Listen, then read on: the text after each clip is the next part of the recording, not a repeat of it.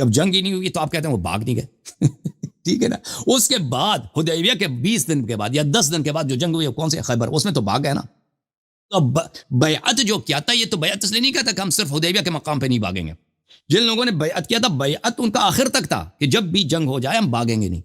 تو انہوں نے بیعت کیا تھا, بیعت کرنے کے بعد یہ بھاگ گئے ہیں, اور بھاگنے والا جو ہے وہ اس نے بیعت توڑ دیا. اور جو جہاد سے بھاگ جاتا ہے نا وہ ہوتا ہی جہنمی ہے. میں آپ کو آیات دکھاتا ہوں قرآن مجید کی.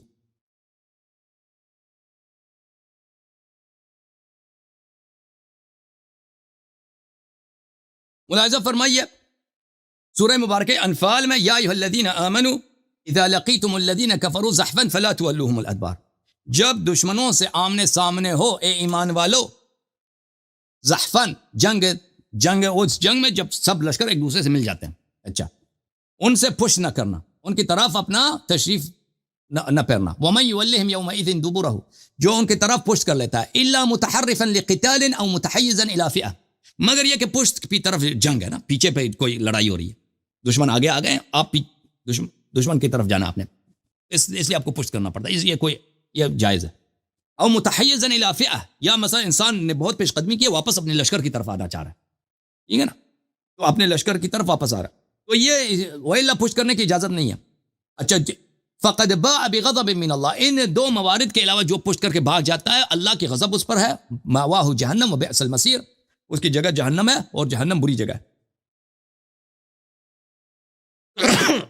فرار کے جو قبائح ہیں کہ اللہ نے وعدہ دیا کہ فرار کرنے والا جنگ سے جہنم میں جائے, اور بخاری مسلم میں بہت سے روایات ہے کہ کبائر میں سے, گناہان کبیرہ میں سے کیا ہے, فرار عن الزحف ہے, جنگ سے بھاگنا, فرار کرنا. اچھا اب تو یہ ثابت ہو گیا.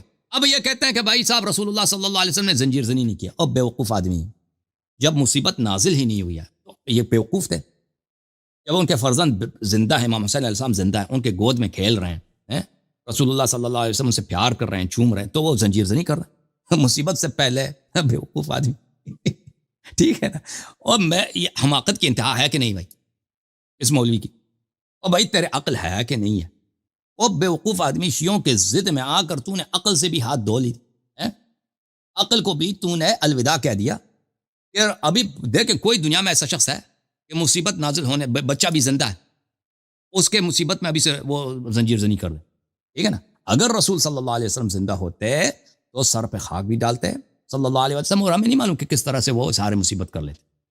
جو زنجیر زنی کی جو بات ہے اس کے احادیث اہل بیت علیہ السلام کی جانب سے اظہار جزا کی صورت میں, دیکھیں یہ بدعت نہیں ہے دین میں, جو سینہ زنی ہے, زنجیر زنی ہے, مجالس عزا ہے, سب کے احادیث ہیں. رسول اللہ صلی اللہ علیہ وسلم نے فرمایا کہ میرے بعد میرے اہل بیت کی اتباع کرو. اہل بیت علیہ السلام نے ہمیں حکم دیا ہے. لیکن اگر آپ, میں اس مولوی شخص کو کہتا ہوں کہ آپ میرے ان سپیچز کو پلیز, جو میں نے عزاداری کے عنوان پر ماہ محرم سے پہلے اور ماہ محرم کے دوران پچھلے سال اور اس سے پچھلے سال میں نے ڈیلیور کی ہیں, ان کو آپ سن لیں. ان میں بہت زیادہ دلائل ہیں کہ رسول اللہ صلی اللہ علیہ وسلم کس طرح امام حسین علیہ السلام پہ روتے تھے. زنجیر زنی نہیں کیا پیغمبر نے, لیکن روئے بہت ہیں, بلند آواز سے انہوں نے چیخ مار کے رویا. لیکن اس وقت امام حسین علیہ السلام زندہ تھے, تو اس سے زیادہ مگر زنجیر زنی وغیرہ کرتے تو وہ تو مناسب نہیں تھا نا پیغمبر, کیونکہ فرزند ان کے زندہ ہیں ابھی. لیکن رسول اللہ صلی اللہ علیہ وسلم نے فرمایا کہ میرے بعد میرے اہل بیت کی اتباع کرو, اور میرے اہل بیت معصوم ہیں, ان کی کلام میرے کلام جیسا واجب الاتباع ہے, اور اہل بیت طاہرین علیہم السلام اللہ کی جانب سے حجت ہے, ان کا فعل حجت ہے. تو ہمارے پاس اہل بیت علیہ السلام کے بہت سارے احادیث ہیں کہ انہوں نے اپنے شیعوں کو حکم دیا ہے اظہار بے قراری کا, اظہار جزا کا. امام حسین علیہ السلام کی مصیبت میں روز عاشور میں اظہار جزا کر دیں, بے قراری کا اظہار کریں. تو بے قراری کا اظہار کبھی سینہ زنی کی صورت میں ہوتا ہے, کبھی سر پہ سرزنی کی صورت میں ہوتا ہے, کبھی پشت پہ زنجیر مارنے کی صورت میں ہوتا ہے. یہ کسی بھی اس کا کوئی خاص طریقہ کار نہیں ہے. جو بھی انسان کسی بھی طریقے سے اپنے غم کا اظہار, اس غم میں بے طرب کا اظہار, بے قراری کا اظہار کرے تو وہ صحیح ہے, وہ حدیث شریف کے مطابق ہے, اور یہ دین میں بدعت نہیں ہے. اور پھر حضرت زینب سلام اللہ علیہا نے اپنا سر محمل میں کے لکڑ سے مارا ہے, اور وہاں سر سے خون جاری ہوا ہے. اور حضرت زین العابدین علیہ السلام کی وہاں پہ تقریر ہے, انہوں نے انکار نہیں کیا ہے. پھر روایت میں موجود ہے کہ حضرت امام زین العابدین علیہ السلام نے جب اپنے بابا کے مصائب سنے تو کھڑے ہو گئے, انہوں نے اپنا سر دیوار سے زور سے مارا, ان کے سر مبارک سے خون جاری ہوا. ٹھیک ہے نا. تو اظہار جزا جو ہے اظہار جیسے اہل بیت علیہ السلام کی مصیبت میں. یہ بدعت نہیں ہے، کیونکہ ہم دین جو ہے رسول صلی اللہ علیہ وسلم سے لیتے ہیں. رسول صلی اللہ علیہ وسلم نے فرمایا کہ میرے اہل بیت کا کلام اسی طرح حجت ہے جیسا میرا کلام حجت ہے. اوکے، تھینک یو، اللہ آپ کو جزائے خیر دے. مولوی صاحب، رضوی صاحب، تھینک یو سر. آپ جو ہے انشاءاللہ تیاری کریں، مزید مطالعہ کریں اور کچھ علمی جو ہے اپنا توشہ بنا دیں، پھر آ جائیں، مزید انشاءاللہ آپ سے گفتگو ہوگی. اب میں ناظرین کرام پہ ظلم نہیں کر سکتا کہ آپ کو اس سے زیادہ ٹائم دے دوں. یہ ہمارے پاس ایک عالم دین ہے بھائی، عالم ہے پتہ نہیں کیا، داڑھی تو بڑی ہے، اور پٹھان والا شہر. حضرات اللہم صلی علی محمد وآل محمد وعجل فرجہم. جی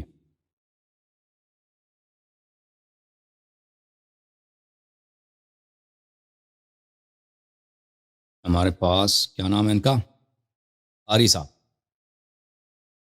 قاری سعید صاحب یار. تاریخ رہ جاتی، انشاءاللہ آج آپ کی بات ہو جائے گی. جزاک اللہ. اوکے بھائی، اوکے بھائی. قاری کہاں گئے؟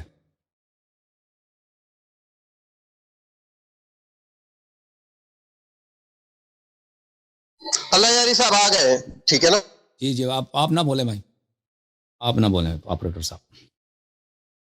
ہاں میں اس کو مار دوں. قاری سعید کہاں گیا؟ قاری سعید مجھے نظر نہیں آ رہا بھائی. ڈسکنیکٹ ہو گیا قاری سعید. عمر فاروق کو لیتے ہیں. عمر فاروق، عمر فاروق بھائی مائک کھول دو. ویری گڈ، بہترین بہترین آواز آ رہی ہے، خوبصورت. تھوڑا پیچھے ہو کے بیٹھے، آنکھوں کے اندر کیمرہ نہ جائے. اچھا. السلام علیکم عمر فاروق صاحب. السلام علیکم. کیا حال چال ہے بھائی؟ ٹھیک ہیں آپ؟ وعلیکم السلام. کیسے بولا جی؟ ٹھیک ٹھاک. اللہ تعالیٰ کا احسان ہے. کہاں سے کال فرمایا آپ نے بھائی؟ Hello hello. جی میں کے پی سے بات کروں، پاکستان سے. آپ نے پہلے بھی کال کیا تھا نا. اچھا میرا سوالات ہے جی میں آپ سے ٹھیک ہے نا. ہیلو پوچھ لیں بھائی. جی جی جی پوچھ لیں. ہیلو جی جی آپ سن رہے میری بات؟ سن رہے ہیں. اچھا ٹھیک ہے. اور کیمرے کے اندر نہ آ جاؤ نا، کچھ کیمرے سے کچھ دور بیٹھو نا.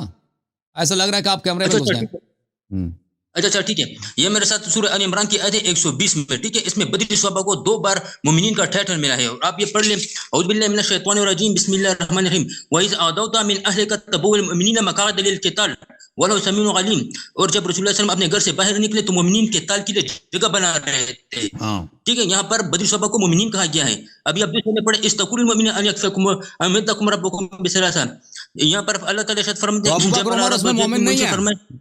دیکھیں بھائی صاحب، دیکھیں اب اس کا جواب سن لو. یہ دیکھیں میں مداخلت نہ کرنا. میں نے آپ کو پہلی بات اپنے فیسبک کی ممبر سے مداخلت کی تھی. آپ مداخلت نہ کریں. بدری صحابہ کو 2 بار مومنین جواب لے لو نا. جو مومنین سے کہا گیا 2 بار. اور بھائی قرآن مجید میں ظاہری اسلام کے روح سے منافق کو بھی مومن کہا گیا ہے. نہیں ظاہری کو چھوڑو. اللہ تعالیٰ اسٹریٹ فارورڈ بات کرتا ہے. اللہ تعالیٰ قرآن مجید میں منافقین کو بھی مومن بولتا ہے بار بار قرآن مجید میں، ظاہری اسلام کے روح سے. ٹھیک ہے نا. اچھا مومنوں کو بھی توبہ منافق کو جی بولتے ہیں توبہ استغفار. جی بالکل. اچھا ٹھیک ہے. ہوگی نہیں آپ کی بات. آپ نے بتا دی نا کہ مومن معاذ اللہ مومن کو بھی منافق بولتے ہیں، منافق کو بھی مومنین بولتے ہیں. جی بالکل بالکل. جی سر. اچھا ٹھیک ہے. آپ نے کتنا ابھی ہو گیا. چلو آپ کی تو بات بھی ہو گئی کہ معاذ اللہ مومنین کو بھی منافق بولتے ہیں. اچھا ابھی میں آپ کو بتاتا ہوں قرآن کی سورہ اس میں یہ کون فتح میں اس بھائی نے بھی بتا دی، مگر میں بتاتا ہوں. جب عثمان غنی تو لقد رجع الله المؤمنين زبان کا تحت درجہ. جب لقد رجع الله المؤمنين بے شک اللہ تعالی مومن سے جب اب سن لو. ایک منٹ سن لو بھائی. ایک منٹ میں آپ کو جواب دے دوں پہلے. تم چپ کرو پہلے. دیکھو میرے محترم ناظرین، یہ ان لوگوں کا، ان کے مولوی حضرات ان کے ساتھ کھیلتے ہیں. ان کو کہتے ہیں کہ دیکھو صحابہ کو اللہ تعالیٰ نے مومن بولا قرآن مجید میں، تو یہ نہیں بتاتے کہ اللہ تعالیٰ نے وہ صحابہ جو منافق تھے ان کو بھی مومن بولا. ملاحظہ فرمائیے کتاب الایمان تالیف ابن تیمیہ الحرانی بتحقیق الشیخ محمد ناصر الدین الالبانی، کتاب چھپی سن 1996 میں، صفحہ نمبر 189 میں. ابن تیمیہ صاحب بہت ہی زبردست جملے ہیں ان کے، اور یہ ابن تیمیہ بہت ہی بڑے فاضل آدمی ہیں. فالخطاب بیا ایھا الذین آمنوا، یا ایھا الذین آمنوا کا جو خطاب ہے غیر قولہ، یہ طرح نہیں ہے انما المؤمنون الذین آمنوا باللہ ورسولہ ثم لم يرتابوا وجاہدوا باموالہم وانفسہم، کہ مومن تو صرف وہ ہیں جو انہوں نے اللہ پہ ایمان لائے، رسول صلی اللہ علیہ وسلم پہ ایمان لائے اور پھر شک نہیں کیا اور اپنے جان و مال سے جہاد کیا، یہ دونوں ایک جیسے نہیں ہیں۔ فإن الخطاب يا أيها الذين آمنوا يدخل فيه من أظهر الإيمان وإن كان منافقا في الباطن يدخل في الظاهر وهذا متفق عليه بين أهل السنة۔ خطاب يا أيها الذين آمنوا میں یہ اس میں کون بھی شامل ہوتا ہے؟ منافق بھی شامل ہو جاتا ہے جو اپنے دل میں کفر کو چھپا رہا ہے، اور یہ مسئلہ اجماعی اہل سنت کے درمیان۔ اچھا، یہ ملاحظہ فرمائیے، میں آپ کی خدمت میں مزید دکھا دوں، یہ تفسیر بیضاوی، انوار التنزیل و اسرار التأویل المعروف بتفسیر البیضاوی، جزء اول، چاپ دار احیاء التراث العربی۔ یہاں پہ ملاحظہ فرمائیے سورہ مبارکہ کون سا ہے؟ جزء اول، یہ سورہ آل عمران ہوگا میرے خیال میں۔ بسم اللہ الرحمن الرحیم، ان الذین آمنوا، جو لوگ ایمان لائیں، والذین ہادوا، اور جو یہودی ہیں، والنصارى والصابئین، اور جو نصارہ ہیں اور جو صابئہ ہیں، من آمن باللہ والیوم الآخر، جو اللہ پر اور یوم آخر پر ایمان لائیں، وعمل صالحا، اور عمل صالح بجا لائیں، فلہم اجرهم عند ربهم، ان کا اجر اللہ کے پاس ہے، ولا خوف علیہم ولا هم يحزنون۔ اچھا، ان الذین آمنوا بألسنتهم يريد به المتدینین بدین محمد المخلصین منهم المنافقین۔